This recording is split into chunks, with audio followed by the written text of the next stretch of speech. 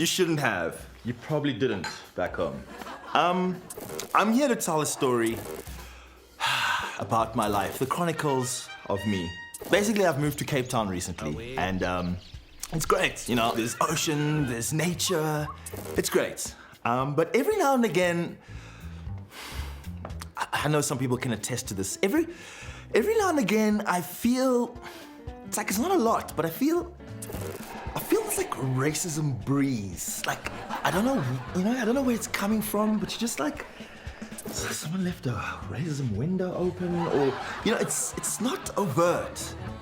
And I was speaking to a friend of mine, because I was like, are you not feeling what I'm feeling? Is this breeze affecting you? And he's like, yeah, look, I know.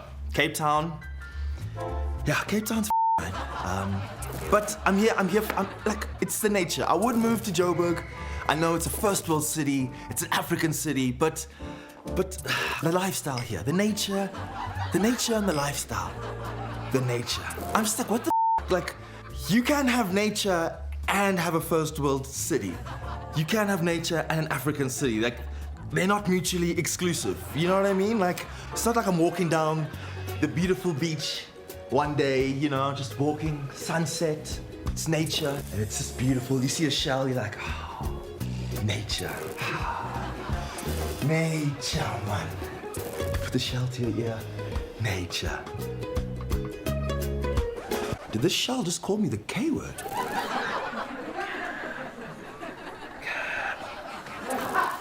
Like, that's not how it works. African city and nature are not mutually exclusive. You know what I mean? Like, they can both exist. Joburg is literally a forest. It's literally a forest. And Zakumi, you can't get more Joburg than, like, Zakumi stays in a back room in Deep Kloof. I saw Zakumi sell airtime at Bree Street, okay? Things happened after the World Cup. That money has dried up. A tiger's gotta eat, or a lion. I don't know what was Zakumi. Anyways, I did have an overt incident in Cape Town. It was in a bar just a bar off Kloof Street, right? It was a bar off Kloof Street, and how do I say this? I had an altercation with a gentleman of a lighter hue. A gentleman with melanin deficiency, if you know what I mean. SPF boys, if you know what I mean, the SPF gang. And in the altercation, this gentleman called me a monkey. It was like a freak out. It was like bouncers were involved, and it was chaos, right? I eventually got thrown out because, obviously punches were almost thrown. I'm not that agile, but anyways, at the end of the day, I did like a little rant on Twitter. I did a rant on Twitter and Facebook, but like, they linked. I'm not gonna rant twice. I'm angry, but I'm lazy. You know what I mean? And also, the more times I rant, like, by the time it gets to Instagram, I'm like, yeah, something kind of happened. You know what I mean? So I wanna be angry, do it once, and let's get it out there. Anyways, I went to sleep. The next day, I woke up, and it had a little bit of traction, right? A couple of shares, likes. News 24 had written an article about it. The Citizen had written an article about it. The Voice wrote an article about it, but the headline was like, "Monkey gets f***ed by Togoloshi while others watch." I'm like, what? That is not what happened at all. But yeah, get your clickbaits, boo.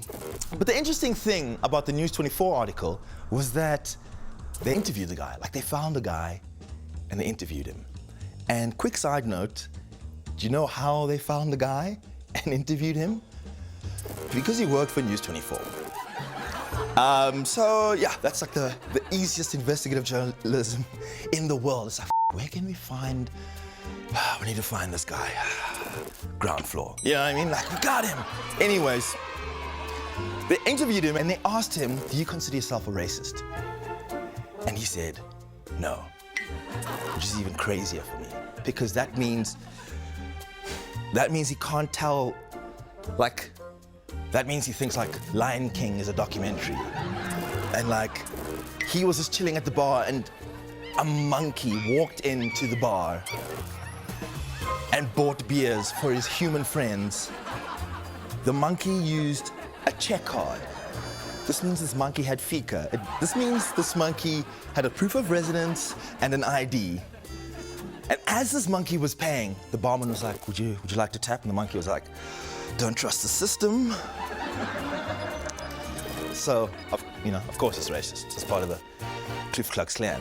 But it was crazy. Everyone was telling me like, you gotta take them to the human rights court. You gotta take them to the police station. You gotta take them to the constitutional court. I'm like, I don't even take my dishes to the sink, right? Like,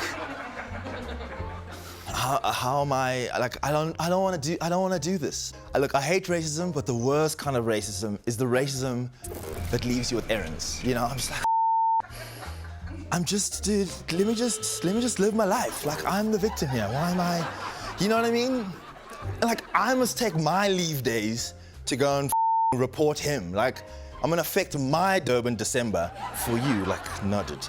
Like, if the only way they could get more convictions is if maybe we got racism leave days, you know? Black people got racism leave days, there'll be way more convictions.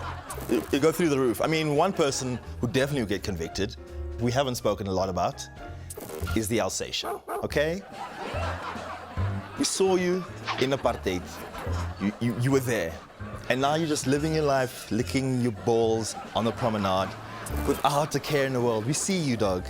We see you. Anyway, look, knowing me and having racism days, I'd probably take advantage of that thing. You know, I'll be like hungover one day and I'll be like, let me use one of my racism leave days. But how do I? I'm gonna use a racism leave day. Yeah, I was walking on the beach and, and I picked up a shell. And that's the end of my, and cut. Cheers.